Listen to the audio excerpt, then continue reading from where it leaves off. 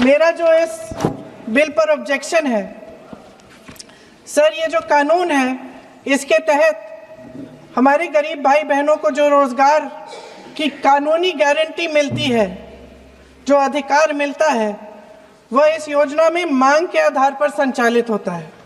मतलब जहां जहां रोजगार की मांग है वहां इस योजना द्वारा 100 दिनों का रोजगार अनिवार्य है, देना अनिवार्य है। इसके साथ साथ केंद्र से इसके लिए जो पूंजी जाती है वो भी मांग पर आधारित होती है। यानी कि इस योजना के लिए जितने पैसे जहां भेजने हैं, कितने भेजने हैं, वह जमीनी परिस्थितियों पर आधारित होता है और मांग के आधार पर निर्धारित होता है।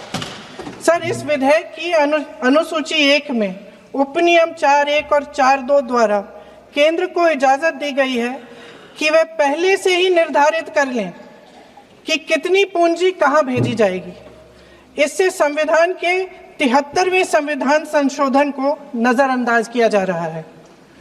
सर महोदय, इसके जरिए ग्राम सभाओं को इस योजना की मांग की जमीनी परिस्थितियों के आधार पर तय करने का पूरा अधिकार दिया जाता था। आज वो अधिकार कमजोर किया जा रहा है।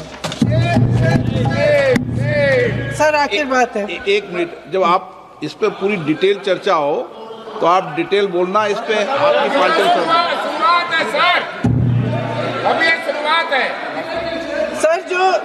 सर जो हमारे संविधान की जो मूल भावना है कि हर एक व्यक्ति के हाथों में शक्ति होनी चाहिए, वही मूल भावना पंचायती राज में है और उस मूल भावना के विरोध है ये जो अधिनियम जो ये विधेयक आ रहा है। सर, इस विधेयक के जो प्रबंधन है जिससे रोजगार का जो अधिकार है, कानूनी अधिकार है, वो कमजोर हो रहा है, वो हमारे संविधान के विपरीत है। सर ये हमारे इसी सदन ने ये कानून बनाया और इसी सदन ने ये अधिकार जनता को दिया है।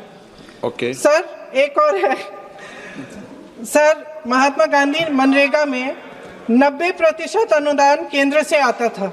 इस विधेयक द्वारा ज्यादातर प्रदेशों में अब 60% आएगा, इसको घटाया गया है। ओके। सर, इससे प्रदेशों की अर्थव्यवस्था पर बहुत भार होगी और खास तौर से ये वे प्रदेश जिनकी अर्थव्यवस्था पहले से ही केंद्र की ओर से जीएसटी के बकाये के इंतजार में है। ओके, माननीय सदस्य। हो गया। सर, इस विधेयक द्वारा केंद्र का नियंत्रण बढ़ाया जा रहा है और जिम्मेदारी घटाई जा रही है। सर, जो 100 दिन का अधिकार आपने 125 करने की बात की है, लेकिन इसमें वेतन की बढ़ोतरी, आपकी जो मजदूरी की बढ़ोतरी है, इसकी कोई बात नहीं है। माननीय सदस्यों। सर, ये सही बात है कि अभी तक जो बकाया है वो ही पूरा नहीं हुआ।